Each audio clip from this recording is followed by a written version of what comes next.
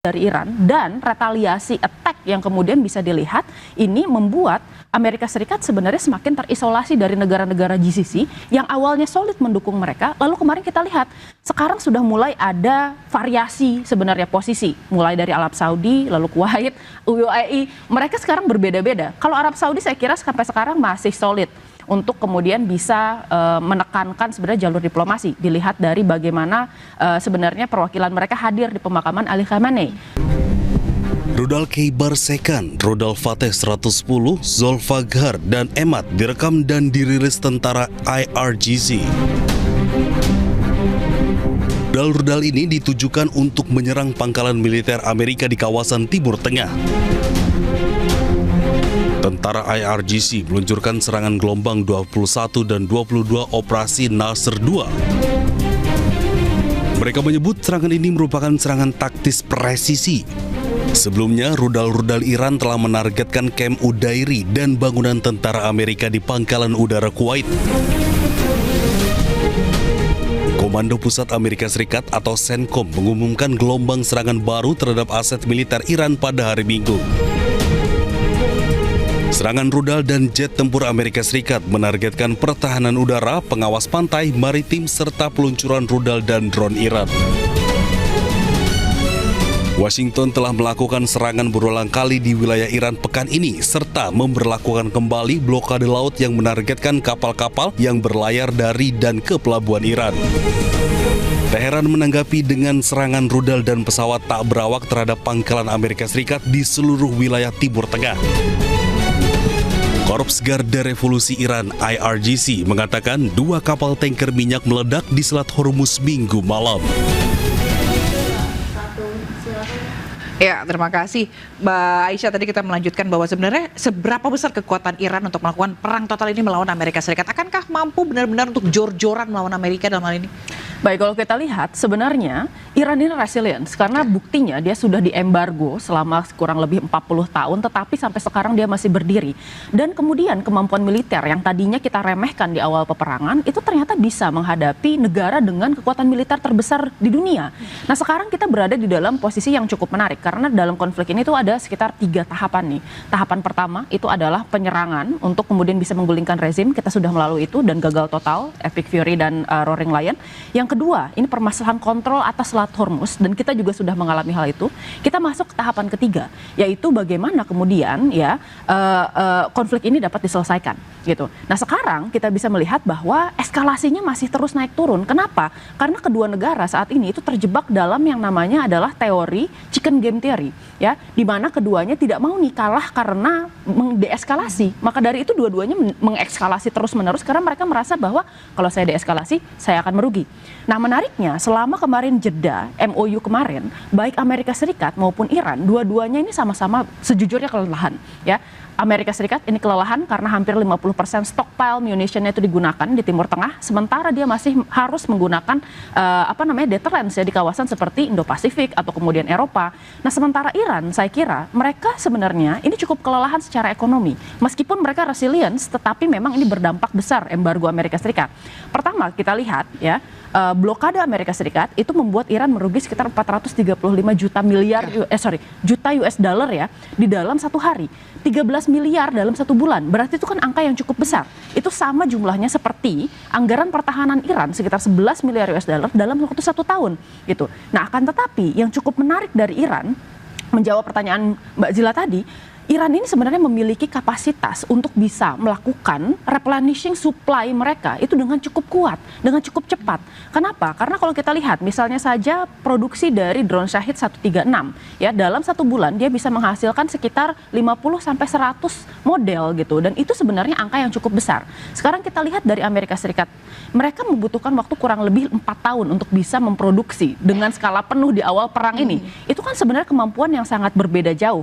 Nah, sekarang kita lihat lihat sebenarnya Iran sendiri ini sudah lama dihajar Amerika Serikat untuk menerima punishment, dalam artian apa? Dilemahkan itu kekuatan-kekuatan ekonominya, termasuk diantaranya adalah menghilangkan kemampuan mereka untuk bisa beroperasi sebagai masyarakat modern dengan menghancurkan pabrik petrokimia, jembatan, lalu fasilitas publik ya, kemudian pembangkit listrik dan lain-lain. Jadi yang sebenarnya diincar oleh Amerika Serikat adalah mencoba untuk memiskinkan Iran, menghilangkan kapasitas Iran untuk bertahan sehingga Iran kembali ke meja perundingan. Jadi kita sebut namanya adalah coercive diplomacy. Nah, akan tetapi yang perlu kita waspadai, tadi kita bicara tentang domestik di Amerika Serikat. Lalu kemudian sekarang kita bicara juga tentang domestik di Iran. Karena sekarang sudah mulai ada perpecahan antara kubu progresif dengan kemudian kubu konservatif yang kemudian dipimpin oleh Mojtaba Khamenei. Tapi Mbak Aisyah, kalau kita lihat strateginya Iran ini cenderung menyerang begitu ya negara-negara teluk, bukan armada dari Amerika Serikatnya sendiri. Iya, karena kita melihat bahwa Iran ini saat ini memiliki banyak sekali kemudian rudal, tetapi yang paling banyak stokpilnya itu adalah yang jarak dekat dan kemudian jarak menengah. Kita bisa melihat sebenarnya rudal Iran ini menarik karena pertama, ternyata tidak ada yang menyangka bahwa pertama, cost trap strategi yang dilakukan oleh Iran itu bekerja dengan menembakkan begitu banyak drones untuk menghalau Iron Dome dan kemudian sistem pertahanan dari negara-negara tersebut, dan ternyata rudal Iran ini dia memiliki proyektil yang bisa berubah-ubah gitu ya, terutama misalnya kita bicara tentang Sejil gitu. Nah, menariknya di sini kita melihat bahwa Iran menganggap bahwa base Amerika Serikat itu merupakan representasi dari Amerika Serikat. Tetapi ini juga merupakan bentuk deterrence dari Iran. Bahwa setiap kali Amerika Serikat menyerang 1 kali lipat, maka Iran akan membalas 1,5 kali lipat. Bahkan yang terbaru ketika kemudian pangkalan-pangkalan yang ada di Qatar, lalu di Kuwait, lalu kemudian ada di Bahrain, itu sudah rendered incapable dan kemudian rusak parah. Nih kita tahu bahwa ada beberapa fasilitas yang sebenarnya dipindahkan ke Jordania. Oleh karena itu Jordania yang tadinya ini jarang diserang, sekarang kemudian mengalami serangan yang cukup berat. Ini kan mengatakan sebenarnya sebuah pesan dari Iran bahwa kemanapun Amerika Serikat lari di kawasan tersebut, kita akan tetap kejar, gitu ya. Jadi ini merupakan sebenarnya bentuk deterrence dari Iran dan retaliasi attack yang kemudian bisa dilihat ini membuat Amerika Serikat sebenarnya semakin terisolasi dari negara-negara GCC yang awalnya solid mendukung mereka. Lalu kemarin kita lihat sekarang sudah mulai ada variasi sebenarnya posisi, mulai dari Arab Saudi, lalu Kuwait, UAE, mereka sekarang berbeda-beda. Kalau Arab Saudi saya kira sampai sekarang masih solid untuk kemudian bisa menekankan sebenarnya jalur diplomasi. Dilihat dari bagaimana sebenarnya perwakilan mereka hadir di pemakaman Ali Khamenei. Tetapi kan kalau kita lihat UAE misalnya, dia sudah normalisasi hubungan dengan Israel.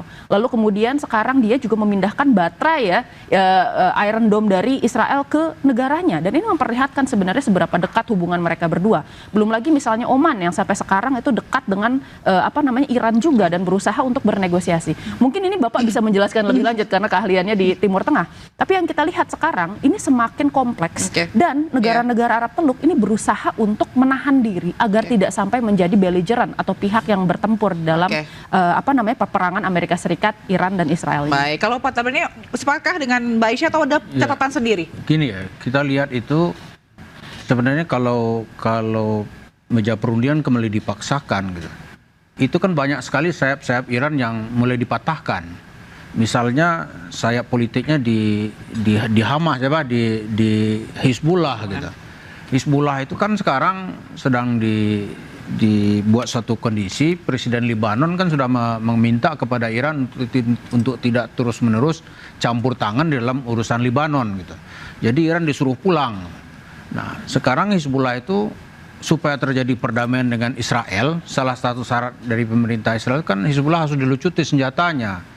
Sekarang yang akan melucuti senjatanya itu diminta itu pemerintah Syria gitu. Karena di sini Umar Syara itu ya, dia kan ada bertemu di situ, ada sakit hati orang Syria ketika rezim Assad itu kan katanya hampir 500.000 orang Sunni Syria itu menjadi korban ya. Kalau dilihat itu pelakunya saat itu tuh adalah pasukan Hizbullah gitu. Nah sekarang bertemulah satu kondisi, jadi kepentingan Amerika, Lebanon, Syria, Israel itu bertemu gitu. Bagaimana melucuti senjata Hizbullah gitu.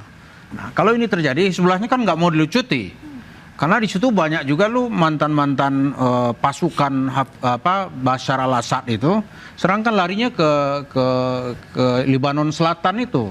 Jadi itu satu. Ini kalau situasi ini Iran tidak mengajak perang total, dia sudah akan kalah di Lebanon Selatan gitu. Kalau terjadi perdamaian, maka proksi Iran di sebelah ini sudah nggak ada gitu. Sekarang tinggal satunya proksinya lagi itu di Houthi Yaman gitu. Kita kira Houthi nggak akan berani menutup Selat Hormuz, Babul Mandab gitu. Kalau Selat Babul Mandab ditutup, dia akan menjadi musuh dari negara-negara Eropa Barat yang sebelumnya belum terang-terangan menyatakan perang gitu ya. Tapi kalau itu ditutup 18 km jaraknya ditutup mengancam perekonomian global. Gitu. Kalau Selat Hormuz ditutup, itu kan ada tutup buka tutup gitu kan. Harga minyak naik turun naik gitu.